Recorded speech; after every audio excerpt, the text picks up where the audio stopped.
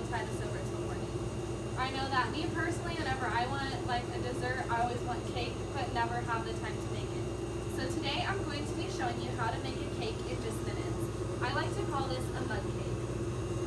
I hope this recipe will appeal to a wide variety of audiences, especially as college kids who are drowning in homework and barely have enough time to eat, and it will also help anyone who's in a pinch wanting a sweet treat to share with their friends.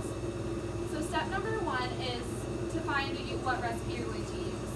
I like to use Pinterest because it has so many different recipes from so many different people. You can also use cookbooks or any other website for that matter. Step number two is to get all your ingredients and supplies set out.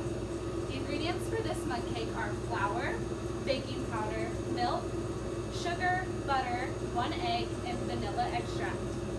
The different supplies we're going to be needing are, I use bowls to pre-measure all of my ingredients, a rubber spatula to help get all the excess out.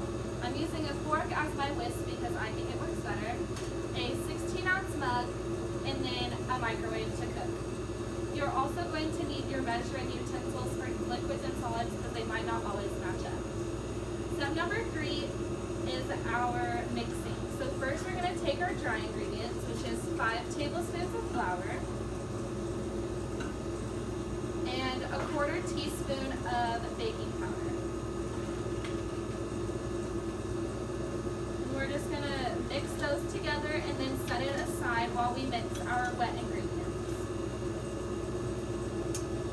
So we're going to take our liquid measuring cup that already has a 1/4 cup of milk, add the sugar, which may sound weird because you would think it's a dry ingredient, but it is actually a wet ingredient because you want it to dissolve in the liquid before putting in the dry ingredients, so it helps with the creaming process. Then we'll add 2 tablespoons of butter, our 2 teaspoons of vanilla, and then our 1 egg. Then we'll get another fork and just mix this together until it's all combined.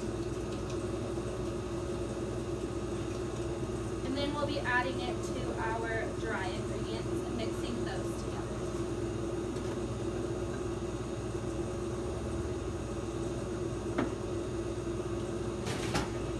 So after we get all of this mixed, we're going to put it into the microwave for what the recipe calls 50 to 70 seconds, and I like to do right in the middle of that, so we're going to do right at 1 minute. Make sure you get all of your flour clumps mixed out or else it will taste very dry. Now we're going to put it in the microwave for 60 seconds.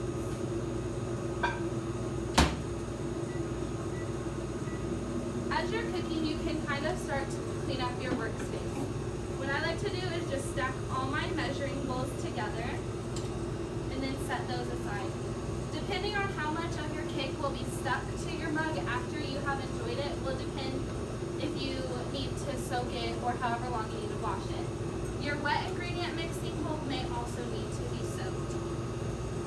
All recipes you do have the prep work, which is getting all the ingredients and supplies you're going to need, and laying them out on your workspace. They also include the fun part I like to call, which is the making and cooking of it. Then the not so fun part, which is the cleanup and making sure all your ingredients have found their home again. I hope that this recipe will help you all to conquer those midnight snack cravings and also give you a nice recipe to share with your friends.